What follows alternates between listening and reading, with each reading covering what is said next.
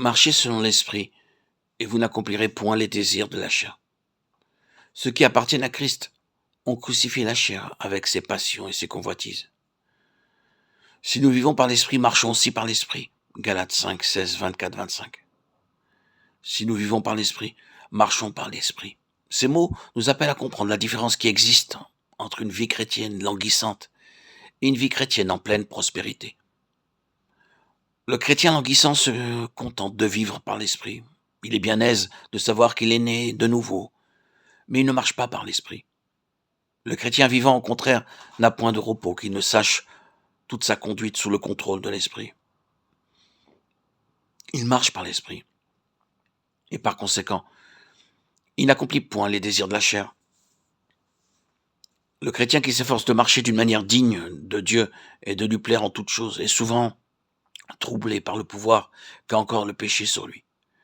Et il se demande pourquoi si souvent il est incapable de le vaincre.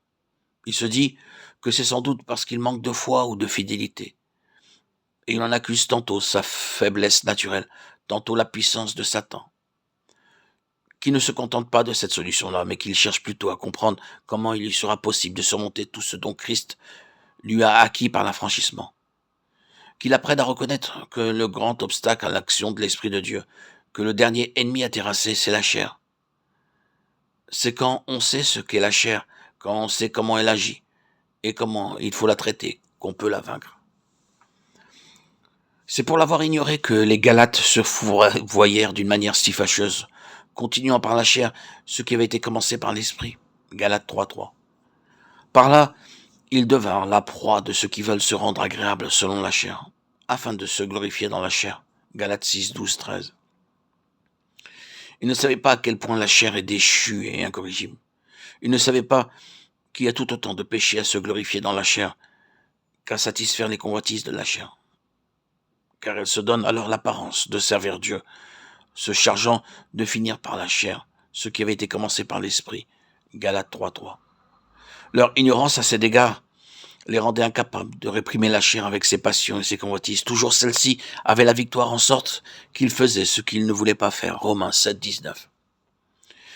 Ils ne savaient pas qu'aussi longtemps que la chair, que l'effort et la volonté propre cherchent à s'immiscer dans le service de Dieu, on reste par là même au service du péché.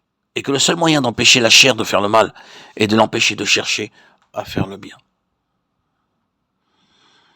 C'est pour nous faire connaître ce qu'est la chair, soit à l'égard du service de Dieu, soit à l'égard du péché, que l'épître aux Galates a été écrite.